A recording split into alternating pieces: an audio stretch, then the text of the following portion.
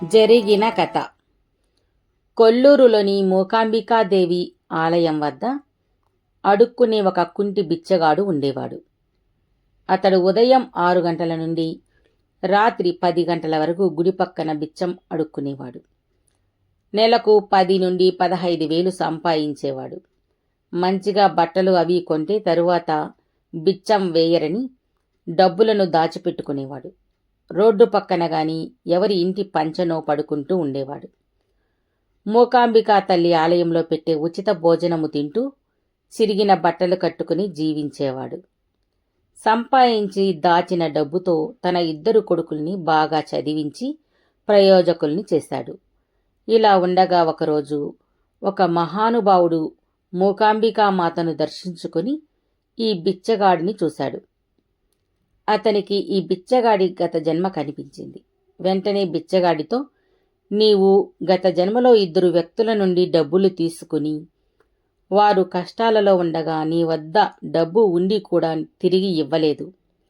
అందుకే వారు ఈ జన్మలో నీకు పుట్టారు.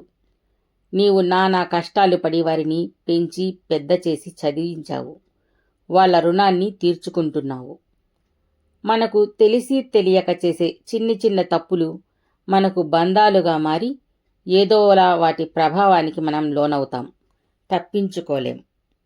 అలాగే ఒకసారి శ్రీ విద్యా ప్రకాశానందగిరి స్వామివారు బందరు వెళ్తున్నారు. గురువుగారైన మలయాళ స్వామి గారి వద్దకు వెళ్ళి అనుమతి కొరకు అడిగారు. మలయాళ స్వామి, వెళ్ళిరా నాయనా, కానీ నీ చేతి సంచి ఎక్కడ మరిచావు అని అడిగారు. అప్పుడు శిష్యుడు, నా చేతి సంచి పక్కనే ఉన్న మిత్రుడు పట్టుకుని ఉన్నాడు గురువుగారు అనగా, మలయాళ స్వామి ఇలా చెప్పారు, నీవు మోయగల శక్తి ఉండి కూడా మిత్రునికి ఇచ్చావు. మిత్రుని చేత మోయిస్తే వచ్చే జన్మలో నువ్వు అతనికి బియ్యం బస్తాలు మోయాల్సి ఉంటుంది అని చెప్పారు. మనకు తెలుసో తెలియకనో ఇతరుల నుండి మర్యాదకో కృతజ్ఞతగానో మొహమాటానికో గౌరవం కోసమో ఉచితంగా ఏదైనా రుణపడి తీసుకుంటే అవన్నీ కర్మబంధాలయ్యి జనన మరణ చక్రంలో మనల్ని బంధిస్తాయట. 6 అడుగుల తాచుపాములో విషం ఎంత ప్రమాదమో చిన్న అంగుళం మంత పాములో కూడా విషం అంతే ప్రమాదం కదా. అందువల్ల కర్మ పెద్దదైనా చిన్నదైనా తప్పించుకోలేం.